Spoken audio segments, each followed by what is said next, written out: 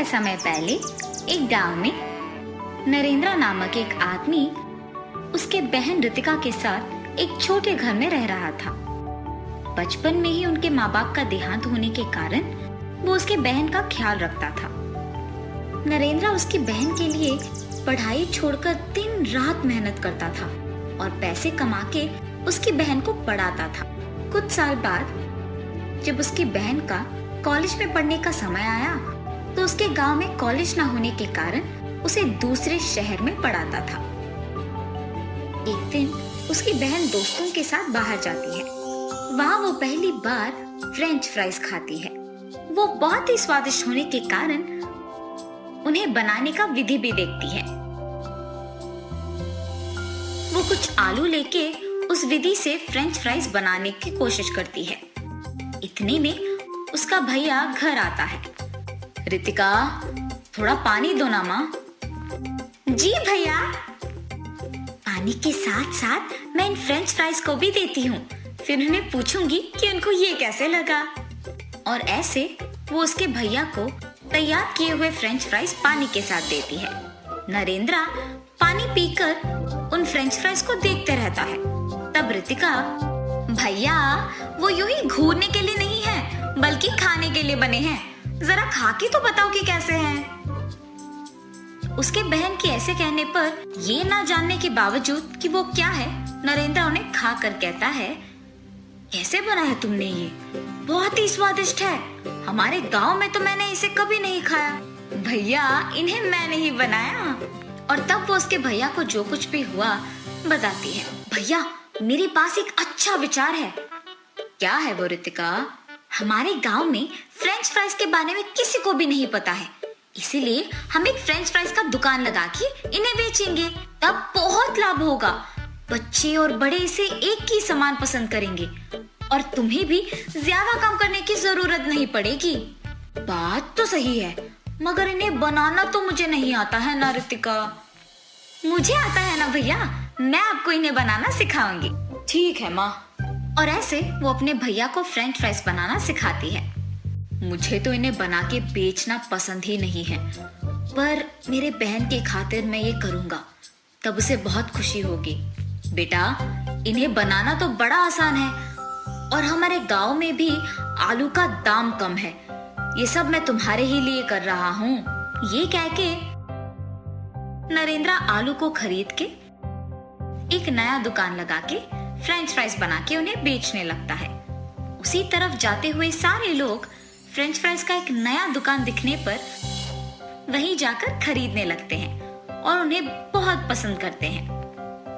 Uncle, ये French fries तो बहुत ही स्वादिष्ट है। ये बच्चों के लिए ही नहीं बल्कि बड़ों के लिए भी मन पसंद बन गए हैं अब।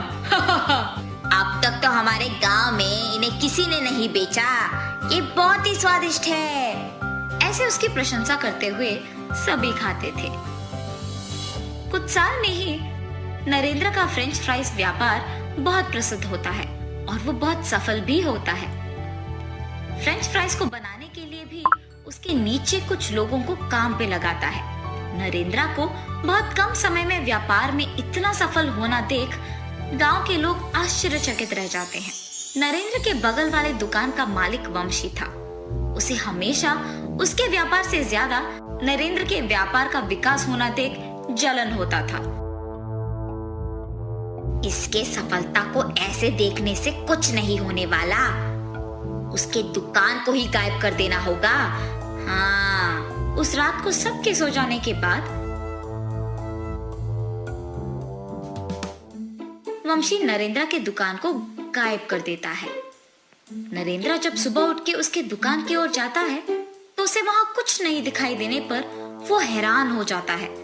अड़ोस पड़ोस के लोगों को पूछने पर भी उन्हें कुछ नहीं पता होने पर वो कुछ नहीं कह पाते हैं और नरेंद्र निराश होके वापस उसके घर लौटता है। नरेंद्र के घर पहुंचने के तुरंत बाद उसकी बहन कॉलेज से घर पहुंचती है और उसे खुशखबरी देती है कि उसे एक नौकरी मिल गई। लेकिन उसके भैया को दुखी देख पूछती है, भैया क्या हुआ? अब ऐसे क्यों हो? तब नरेंद्र उसे जो कुछ भी हुआ बताता है। आप निराश मत हो भैया, अब मेरा नौकरी लग गया है ना, आप पहले से भी बड़ा फ्रेंच फ्राइज का दुकान लगाइए और इस बार हम अपने दुकान के बाहर एक सीसी कैमरा भी लगाएंगे। कुछ दिन बाद रितिका उसके वादा के अनुसार ही उसके वेतन के पैसों को लाकर उसके भैया के हाथों में देती है। तब नरेंद्र उसी स्थान में पहले से भी बड़ा दुकान लगाता है और बाहर एक सीसी कैमरा को भी लगवाता है। उसका दुकान प्रसिद्ध होने के कारण सभी वापस उसी के दुकान आने लगते हैं और वही फ्रेंच फ्राइज खरीदते हैं। ये देख वंशी वापस उसके व्यापार को छोड़कर नरेंद्र के व्यापार के बारे में दुखी होता है। ऐसे ही कुछ दिन बाद नरेंद्र का व्यापार और उसका विकास देख उसे कुछ न कर पाने के कारण वंशी बहुत दुखी होकर बहुत बीमार पड़ जाता है। मैंने हमेशा नरेंद्र के व्यापार और उसकी उन्नति को देख रोया है, पर खुद के व्यापार पर कभी ध्यान नहीं दिया मैंने। अगर दिया होता तो आज मेरे व्यापार के साथ साथ मेरा भी सेहत ठीक होता, मैं से बीमार नहीं पड़ जाता। ये सोचते हुए दुखी होता है। इस तरफ नरेंद्र उसके बहन का कहा मानते हुए उसका व्यापार अच्छे से चलाता है। जल्द ही उसका नाम इतना प्रसिद्ध होता है कि अड़ोस पड़ोस के गांव वाले भी वहां आके खाने लगते हैं। रितिका भी उसके भैया की इस नाम को देख बहुत खुश होती है और वो उसका नौकरी करते हुए अपने भाई के दुकान का भी ख्याल रखती है। ऐसे ही वो दोनों भाई बहन मेहनत करते हुए खुशी से जीते हैं।